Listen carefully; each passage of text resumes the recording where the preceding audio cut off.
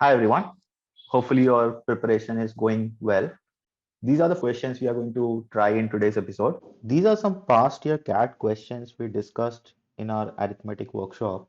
If you have tried these questions, then go ahead and watch the solutions and discussion related to it, which will be starting right away.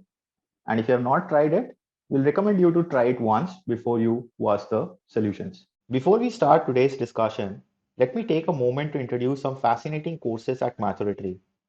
Simply visit our website and check the plethora of options that we provide for CAT, GMAT, and other aptitude test preparation. Very recently, we have launched our live workshops for CAT and OMETS, which will be conducted every Sunday from 25th of April 2021. Every area of testing will be dealt in these live sessions. It will also include strategy sessions and special workshops on top MBA entrance tests for Indian B schools. In each of the workshops, we will provide live tests as well as live analysis of those tests for the specific topic which is being discussed in that workshop. Instead of purchasing the entire bundle, initially we are offering the option to register yourself for a single workshop. Just visit the workshops page under our courses and scroll down to get the option to register for the very next workshop that is going to be conducted. Let's now continue with today's video and have an enjoyable preparation ahead. I hope everybody is aware of how to combine ratio. I'll just share how would I do this without writing too much in the rough work. Please understand that in CAT you will have the question on screen. To whatever you need to write it separately, right? So don't try to write everything that is there. Just write the minimum possible with which will also contribute to saving some time. So if I look at this, so there are five companies. Profits of C1, C2, C3 are given. So that relation is given between C1, C2, C3 and C2, C4, C5 is given. So before even looking at, I mean, these kind of questions, before even looking at what is asked for, I know that the combining these two ratios would be effective because typically in these kind of questions, you would have to combine the two ratios. So even before I go into the next part, what I'll do is I'll just look at which one is common. So obviously you can see that C2 is common. Now in the first ratio, I see that C2 corresponds to this 10 parts, and in the second ratio, C2 corresponds to this 18 parts. So if I take both the values to 90, 90 that is, then there will be a parity between the two ratios, right? So all I know is that in the first ratio, in order to take 10 to 90, I need to multiply a 9. And in the second ratio, in order to take 18 to 90, I need to multiply a 5. So in my rough work, this is all I'm going to write. So I know that in the first ratio, I need to multiply 9. In the second ratio, I have to multiply 5. So this is something I'll write down because I don't want to remember too many things. Okay, now coming to the information. So it's mentioned that C5 has made 19 crore more than C1. So the difference is given between C5 and C1. Now C5 is part of the second ratio where it is 20 parts and multiplying to 5. So C5 is 100 according to us. And C1 is in the first ratio, which is corresponding to 9 parts. Multiplied to 9 is 81. And I hope you can see that 181 actually has a difference of 19, right? So whatever data we get after multiplying 9 and 5, there is no more adjustment required. So this is sufficient. So everything will be in crores. All you have to do is find the total profit. So I know that the first ratio has to be multiplied. Each of the values in the first ratio will multiply to 9 and everything will be crore, of course. And same thing with everything in the second ratio will get multiplied to 5. I hope you're good with AP and all. You can see the three numbers in the first series is 8, 9, 10. So 9 into 3 total is 27. Cross 9 is the total for the first three companies. Don't add C2 again because C2 is already added. So C4 and C5 from the second ratio, you have 19 and 20. So that is 39. Cross 5 is what? 39. 40 into 5 is 200. So minus 5 basically. So 27 into 9 plus 195. So this is 243 and this is 195. So you add this, you get the answer. So that should be 438 crores. Fatima is selling 60 identical toys. So some toys, when I read the identical toys, I know that all the CPs and everything are same for each of the toys. So she's selling 60 identical toys at 40% discount on the printed price. Obviously the MP, right? So the listed price, printed price, whatever. And she makes a 20% profit. So this itself is giving me some relationship between cost price, selling price, and mark price, right? As soon as I have the percentage discount, I know a relation between MP and SP, and profit percentage gives me a relation between SP and CP. So I can combine it. I know I can combine it. Not combining as of now. It also says that 10 of these toys are destroyed in the fire. While selling the rest, how much discount should be given on the printed price so that she can make the same amount of profit? So this is the question. So I know that I have to combine first of all. I need to find the actual profit that she was incurring. That cannot be exactly figured out because I don't know the CP, the actual CP value. But because the question is asking for what should be the discount percentage, because the question says how much discount, but the options are indicating it's a percentage value that we are looking for.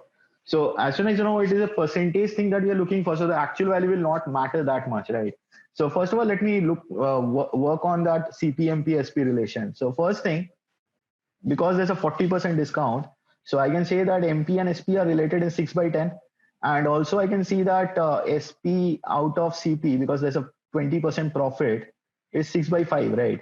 So I know these two. I can see in both these, this is 6. I can actually consider these values to be the CP, SP, and MP for one toy. You can obviously take variables, but this will be a little faster. So I can consider these values to be that of one toy. So effectively, I know that in order to generate the same profit, because whatever be the number of toys, one toy is costing 5 rupees. So if there are 60 toys, I've paid 5 into 60, already have paid. So in order to generate the same profit, the total SP is what we are looking for. So the total SP would be 6 into 60, right? So that would be 360. So that is our target. So we need to generate a total selling price of 360. Only then I will be able to get the actual intended profit, isn't it? Because I've already made a payment of 300 rupees on the 60 toys. But there are 10 toys which get destroyed by fire, isn't it? So if I have to generate this 360, I have to generate this 360 over 50 toys. So I know that for each toy, the new SP should be 360 upon 50. So this is how much? 7.2. So now I know that 7.2 should be the selling price of each toy instead of 6. But I don't care about that instead of 6. What my question is asking for is the discount percentage. And it also says that the printed price is not changing given on, how much discount should be given on the printed price. So it's the same printed price. That is what we have assumed to be 10. So out of 10, we have to, give a discount of 2.8 to arrive at 7.2. So that's a 28%. So simple enough, right? Some people made a mistake on this. They did not get a wrong answer, but they didn't find the right option. So they were asking me after the CAT paper. So what they made a mistake was they assumed that there's a profit of 1 rupee. So on 60 toys, if you're getting a profit of 1 rupee, so you need to generate a total of 60 rupee profit. And 60 has to be generated out of 50 toys. But that is a wrong thinking, because please understand that you already have made a payment of 300. Now, if you think about in terms of profit, this is not going to work in this case. You already have made a payment of 300 rupees. So the cost price is already paid for. So please work on SP in these kind of cases in order to avoid making a mistake. I can show you an interesting way to solve this. This is exactly what I did in the paper. It says Arun drove from home to his hostel at 60 miles per hour. While returning home, he drove halfway along the same route at a speed of 25 miles per hour and then took a bypass, which increased his driving distance by 5 miles. So what I know is when going from, let's say this is the home and this is the hostel. So while going from home to hostel, he has traveled a certain distance. While returning back, the distance is 5 more than the previous scenario, right? There is also different speeds that are mentioned out here. While driving halfway, he drove. So halfway he has drove along the same route, and then there is an increase of 5 miles, right? So there is some sort of correspondence there as well. When I thought about this question, there is also another information. If his return journey took 30 minutes more than the onward journey, this is what I'm going to use to verify. Now, when I'm looking at this particular question, I know that whatever is the distance here and whatever is the distance here, there is an extra 5 mile, right? So if I think in this way that whatever be the actual answer, if I take off this 5, if I subtract this 5, then it should be equally distributed between these two distances, isn't it? So first thing, what I looked at the options were you have 55, 60, 65, and 70. I didn't even consider the 60 and 70. The reason being, if I take off 5, now half of the remaining gives me decimal values, right? So there's very little chance that you get the answer. I mean, that proper difference of 30 minutes with these kind of speeds, 60 miles per hour, 25 miles per hour, 50 miles per hour, if you have non-integer distances. So that was some part of reasoning that I did. The other part was, if I consider the other two options, so I have 55 miles and 65 miles. If I take off 5 miles, I have 50 miles remaining. So I have 25 here and 25 here, right? But in this case, if I remove that 5 miles, then I have 30 here and 30 here. Now, this seems something good number to start with, because if you look at the original speed, that is 60 miles per hour, and this is a total of 30 miles. So let's start with this. So if I have 30 miles and I'm traveling with a speed of 60 miles per hour, so that takes me half an hour to reach the hostel, right? So this is half an hour, or I can write it as 30 minutes only. So it takes 30 minutes for this person to reach the hostel, right? Now, while returning back, remember it said that it the person traveled halfway using 25 miles per hour. I mean, with the speed of 25 miles per hour. So halfway of 30, because that is what he was returning originally, isn't it? Not halfway of 35. Please understand that. So halfway is halfway of 30. So that is 15 miles. He traveled with a speed of 25 miles per hour. So that will take 15 by 25 as the time in hours. After this, there is an increase of 5 miles, right? So after this, it would have been 15 miles, but there is an excess of 5 miles. So implying that after this, he traveled 20 miles with a speed of 50 miles per hour. So we have 15 by 25 as the first part of the hour and 20 by 50 as the second part of the hour. Check this beautifully. This goes as 3 by 5 and 2 by 5. So this adds up to 1 hour, right? And 30 minutes and 1 hour, and actually has a difference of 30 minutes. That is what we were trying to justify, whether we get that difference of 30 minutes or not. So the answer is 65 miles. You can straight away get this. A little bit of manipulation here, because you can try with variables here, but this would be very fast, trust me, because I've actually tried it in the actual paper. Something I wanted to share for this question. It says that the average height of 22 toddlers increases by 2 inches when two of them leave the group, right? So just try to understand that allegation mapping. So we know that there is a total of 22 toddlers, out of which there is two people leaving. So the other group is of 20 toddlers. So there is one group of 20 people, and there is another group of two people, or toddlers, you might call them. So there is one group of 20 toddlers and another group of two toddlers. What we know is, once these two toddlers are leaving the group, the average of the remaining is increasing by 2 inches. What does that imply? That whatever was the average, I hope that everybody knows allegation, whatever was the average of the 22, so this will be the average here, right? So whatever is the average here, it increases by 2, implies that average of these 20, right? So average of these 20 increases by 2 once these two people leave. So these two have a difference of 2, right? So this is known to us, first thing. And it also says that if the average height of these two toddlers, so the average height of these two toddlers, so it's indicating on this average, is 1/3 the average of the height of all the toddlers. So this value is 1/3 of this value, right?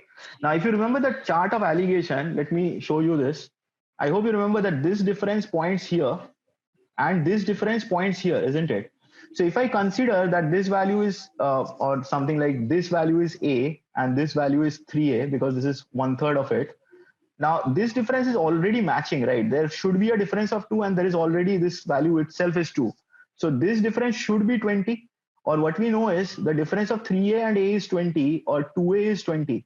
So A is 10. So now we know that this is 10, this is 30, and since this is 30, this is 2 more, so this should be 32. And that is, I believe, was the question. Yeah. So the average height of the remaining 20 toddlers, so that is what? 32 inches. So that is the answer for this question. Thank you for watching us on YouTube. Hope you liked the video. For more such content, subscribe to our channel and hit on the bell icon for notifications. Do like the video and share it among your friends. Also leave a comment below for the video. As I mentioned at the start of the video, these questions were discussed in our live workshops. To watch more of these workshops, you'll have the option to take a free trial. Simply visit our website Select the live workshops from our courses and enroll for a trial. Also check the plethora of options we provide for CAT, GMAT, and other management entrance test preparation at Mathoratory. We strongly believe in providing flexibility and convenience to students as per the requirements. You will have an option to either take a full course or learn exactly what you need to. For instance, if you plan to prepare one-to-one live with mentor, you can book sessions for only doubt clearing or even just for analyzing your mocks. Even for CAT preparation, if you don't need the one-to-one guidance, the mocks, the mock analysis, the workshops, or the GDPI, which are actually included in the comprehensive course, and you just want to train for specific topics of your choice, then simply select a capsule from these numerous options which are available to you. It will cover everything from basics to all variations and applications of the topic under study. Take a trial or book a demo with us and select the course which best suits your needs. Thank you for joining in and have a pleasant preparation ahead.